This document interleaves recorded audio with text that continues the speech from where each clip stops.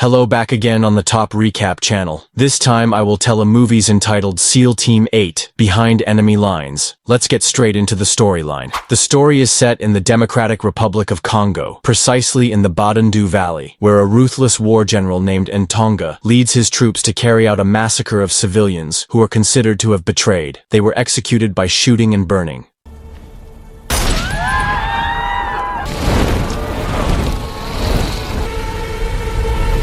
Meanwhile, at the American headquarters in Johannesburg, South Africa, we are introduced to the U.S. Navy SEALs consisting of Case, Jay, Bubba, Vic, and Daniel. At that time, they get a secret mission to go to Congo, precisely to a military base that is believed to be a place of illegal arms trading.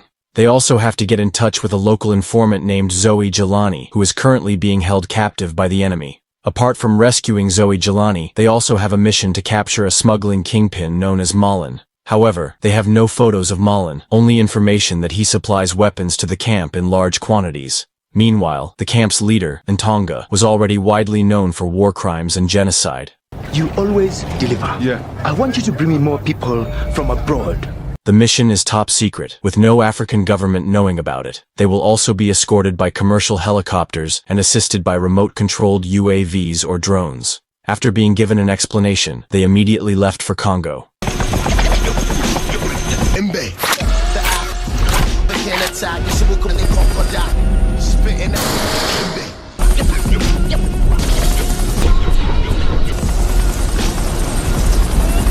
Upon arrival at the landing site, the troops immediately moved to the reconnaissance location. Shortly afterward, the aircraft launched into the area. After confirming the location of the target, Case then gave the code to attack. The aircraft flew over and dropped missiles at several points until the area was destroyed.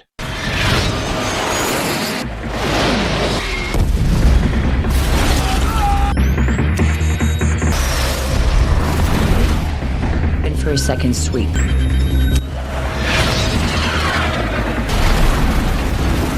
After that, they came out of hiding and started moving to sweep the area. When they arrived at a hut, they were attacked by enemies, but they managed to overcome them. Soon, the number of enemies increased and surrounded them. In fact, the enemy used machine guns, making their defenses even more difficult to penetrate.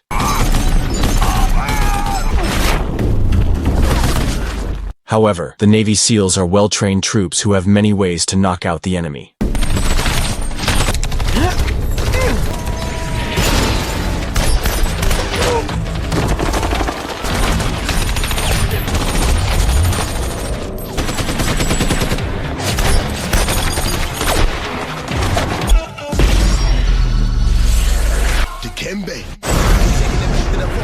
After a huge explosion, they continued to move towards the only place they had left, Ntonga's hideout. There, Ntonga challenged them with both pistols in his hands. However, Case and his troops cornered him, and he was forced to retreat for cover.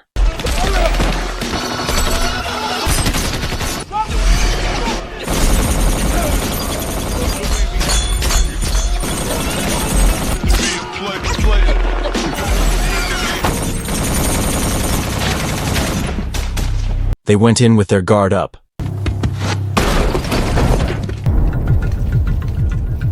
Once inside, the remaining enemies attacked again. Jay threw grenades and fired at them, leaving only Ntonga.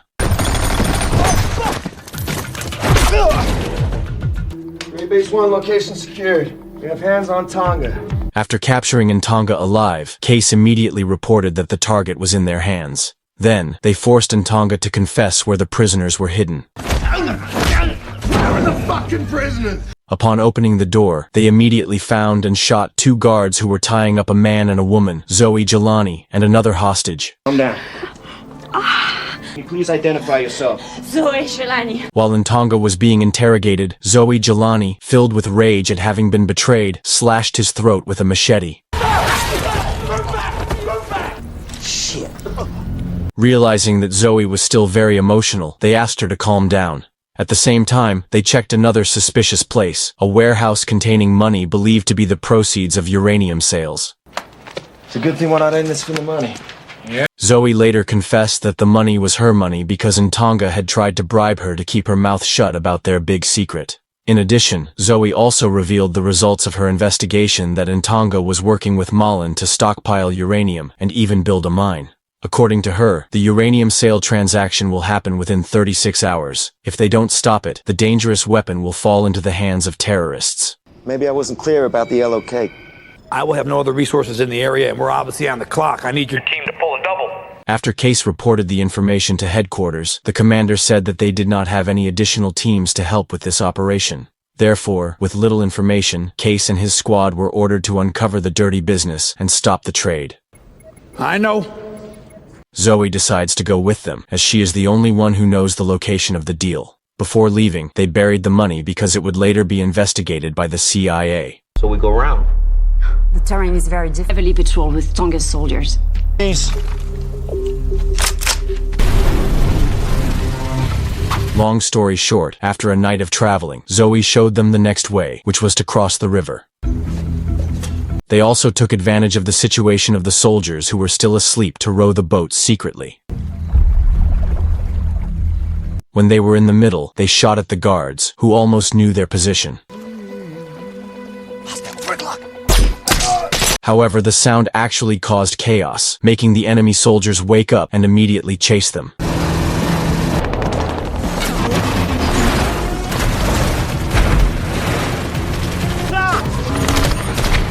The chase was even more tense.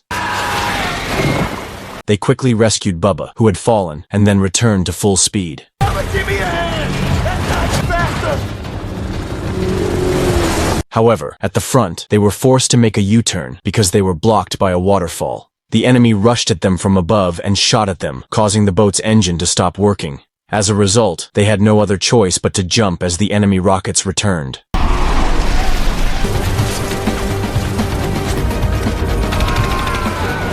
At that time, Case, who was riding the boat alone, was shot by the enemy with a rocket.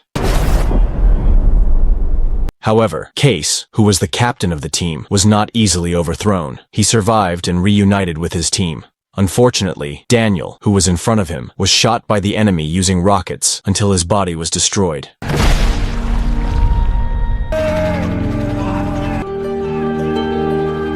Seeing their colleagues destroyed in front of them, of course, they were very shocked. However, Case made them realize that they had to get out of this place immediately.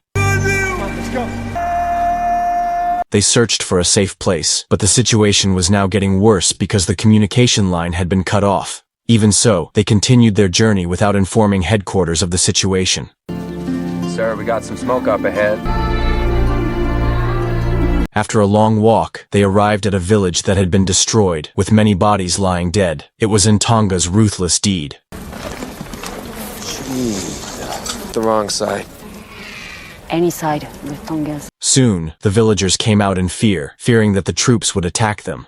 However, Case managed to calm the villagers down and told them that he and his team were not a threat. The villagers then told him that they had seen a convoy of trucks coming all day. Feeling tired, Case and his team decided to spend the night there. Secretly, Case, who liked Zoe, came up to her and they chatted. After that, they went to sleep. The next day, they continued their journey to hijack the enemy's convoy of cars and followed where the trucks would stop. And when they arrived in a village, they immediately set up a position to conduct reconnaissance.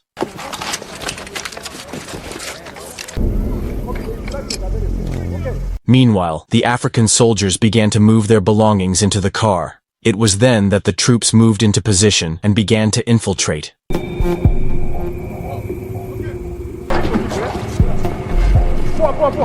When they were almost spotted, Case opened fire without being detected. Soon, the convoy set off, and one by one, they sneaked into it.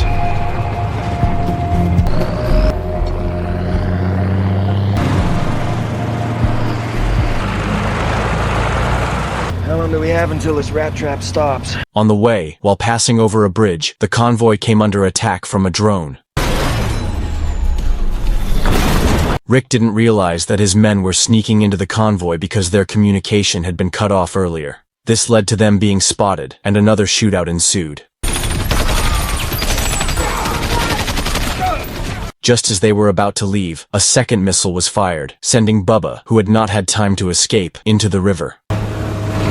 Copy that.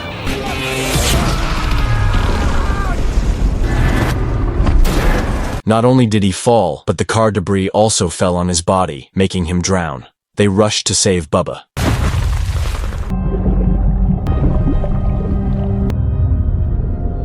It was then that Rick realized that there were his men there, so he immediately canceled the order. Meanwhile, after being evacuated, they found a puncture wound on Bubba and immediately treated it until he regained consciousness. After that, they continued their journey to their destination. Meanwhile, at the headquarters, the aircraft was again deployed to monitor their position to keep them safe. Down this low, just to say hey. At night, Case and his team arrived at their destination, an illegal uranium mining site. Before going inside, they first observed the surroundings. Meanwhile, at headquarters, Lieutenant Rick asked his drone pilot to get closer to the illegal uranium mining area so that he could easily assist Case and his team on the ground. To start the chaos there, Case threw a grenade at a vehicle with an oil spill, causing an explosion.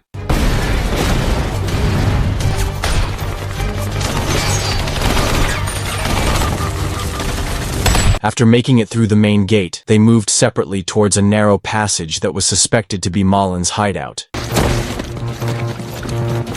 However, after a long search, they did not find Malin there. Instead, Bubba was attacked and seriously injured. This caused the team to separate, with Vic choosing to accompany Bubba, while Zoe chased after the fleeing enemy. Now, their formation became a mess, until Case decided to chase Zoe along with Jay. On the other hand, the enemy forces arrived with several cars and planes. Back in the hallway of the mining area, Case and Jay lost track of Zoe. They decided to exit the passageway. When they reached the top, they saw that Zoe Jelani had changed her clothes. As it turns out, Zoe Jelani has been a traitor all along and managed to trick the American military. In addition, she was also the mastermind of the illegal uranium trading transaction. The answer was why Zoe Jelani killed General Ntonga. It was because she did not want General Ntonga to reveal her true identity. As a result of Zoe Jelani's actions, 2 members of the SEAL team, namely Vic and Bubba, died on the spot, crushed by falling rocks from the explosion of the bomb set by Zoe.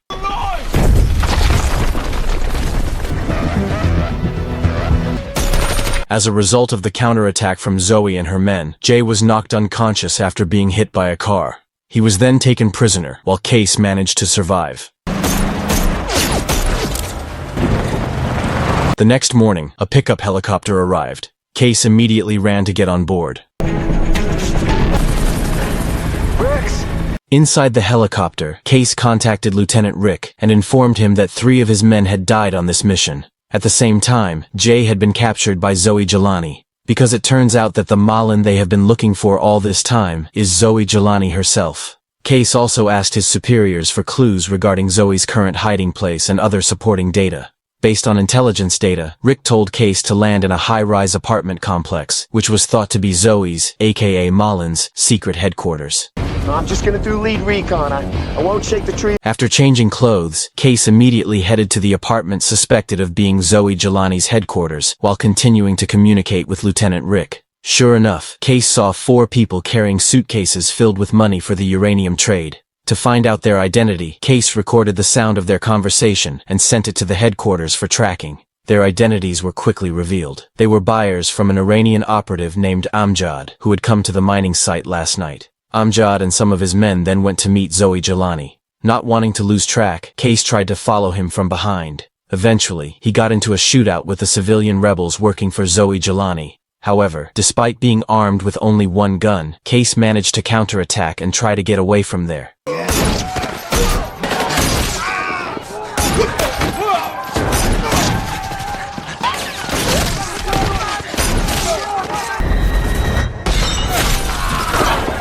When under pressure, Case hid in a gun shop until he finally managed to destroy the gangster.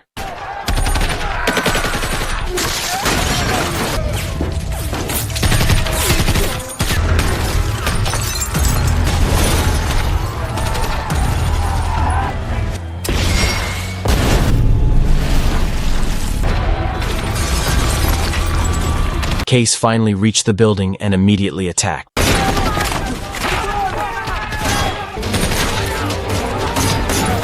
However, suddenly, one of the enemies fired a rocket, sending Case flying several meters right in front of Zoe, who was holding Jay hostage.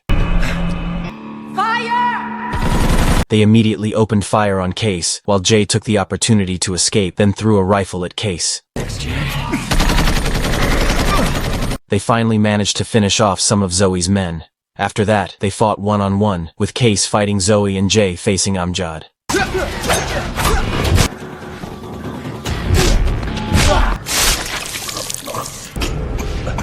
After successfully killing Amjad, Jay gave a gun to Case to kill Zoe Jelani. Initially, Case prefers to let the damn woman rot in prison.